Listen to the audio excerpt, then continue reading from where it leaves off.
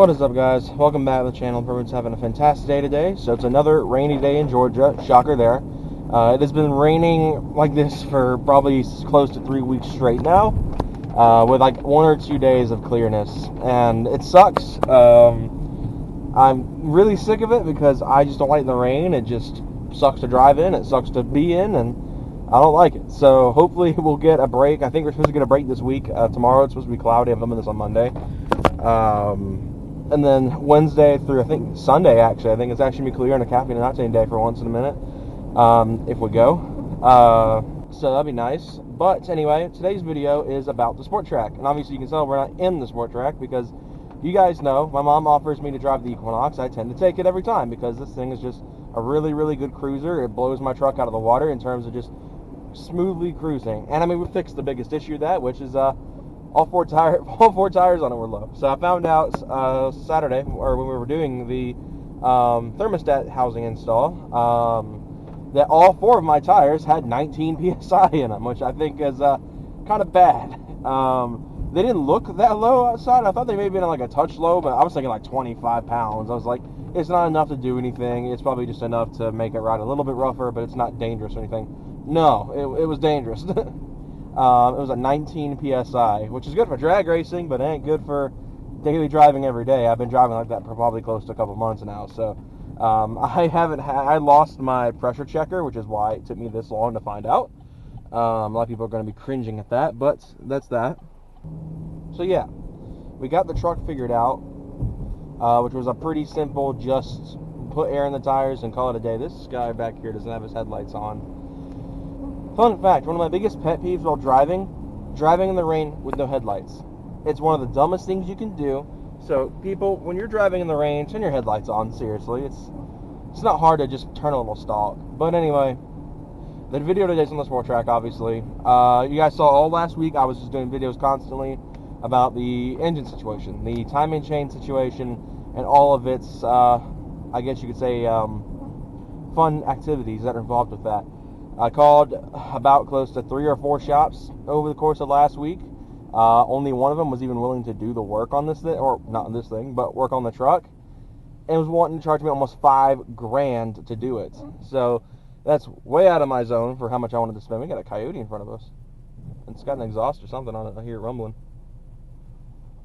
See if we can get a little bit of it.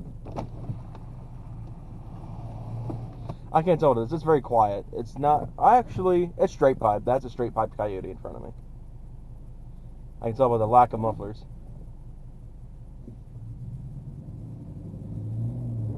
So yeah, we're going to be cruising behind this straight pipe coyote for a second here. But anyway, like I was saying about the truck.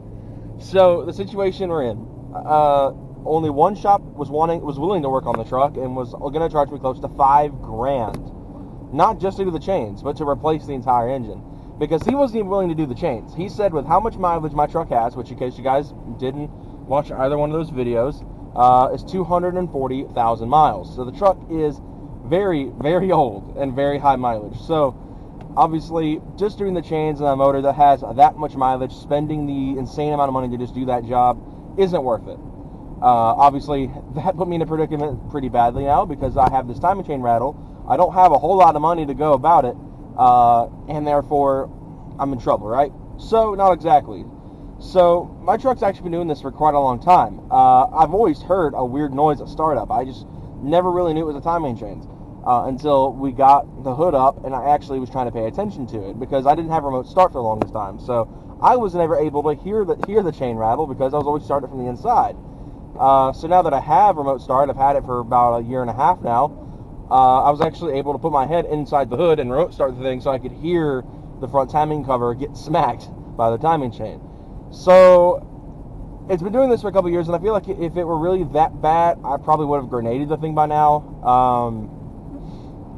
But I haven't yet. And obviously, knock on dashboard, that doesn't happen anytime soon. I don't have a dead 4.0 in my hands. But I will say that it is quite worrying, but I'm not down and out. So I mentioned at the end of the video I had a couple ideas, and what I was going to go with, I would talk about at a later date. I briefly talked about it in the thermostat install, but now is the time where I can finally reveal my dastardly evil plan to you guys and see where we're going. So, currently I've got two options that I'm working towards. Either way, I'm doing some sort of cool thing that I'm about to talk about, but the dilemma is, what engine do I go with? So, I did a poll on Instagram and on Twitter, not on Twitter, YouTube, on the video where I first brought this up. I'm planning on building a completely new engine for the truck from scratch. I know, it's probably a dumb decision for someone like me who doesn't know how to, who barely knows how to do an oil change, let alone build an entire engine from scratch for their 240,000 mile daily driver. But the way I learn best is to get thrown to the wolves. So that's exactly what I'm doing. I'm throwing myself into the fire, and I'm just going to go ahead and just send it. So what are my options here? This is not going to be, and let me point this out. This is not going to be a short process. This is not going to be a video. This is not going to be a series I start at the end of March and finish by August. This is going to be a probably close to a year to 2 year process, because if you guys don't know, building the kind of engines that I'm looking into doing are quite expensive when you're building from scratch. I found two exact engines I'm looking at. One is a $900 5.0 Windsor out of a 2000 Mountaineer, has 150,000 miles, and I'll tear it down to bare bones block, figure out how it's looking on the inside, see how the internals are doing, probably swap out the pistons and stuff like that, do like a refresh, not a complete rebuild, and then throw that together, put a cam in it, and send it on its way. Or, this is the option I'm probably going to lean towards, and I'll go into in a minute, I actually found a completely, almost a brand new short block that had, I should just say block, because there is nothing in it, for out of a 2010 Mustang V6, which is, in case you guys don't know, to my understanding, the best possible 4.0 you can get is the 2010 version of it, because of the fact that the 2010 4.0 apparently had an upgraded timing set. Obviously, I know they refreshed it in 03 and 04, stuff like that. I or 03 and 04. I don't remember which year it was that they actually refreshed the timing set to make it a little bit stronger than the 01s were having. 01s, I heard, were having timing chain failures 80,000 miles. But like I said, it's a block that has nothing inside of it, no pistons, no crank, so it would really be starting from scratch. And it's really cheap. It's $125, and they're local, so I could easily go and pick it up tomorrow if I wanted to. I'm not going to, but I could. And the idea I have in mind is I'm gonna throw in some Super 6 parts. I don't know how extreme we're gonna go with it, because if I'm gonna spend years on this engine, I want to make it what I like. I want it to be perfect for me. So I might get a hold of Super 6's 800 horsepower rated rods. They're also their Wiseco pistons, or Wiseco, however you pronounce the dang name of the company. Pistons for the truck. I'll probably throw in their Stage 3 heads, ARP head studs, all that stuff.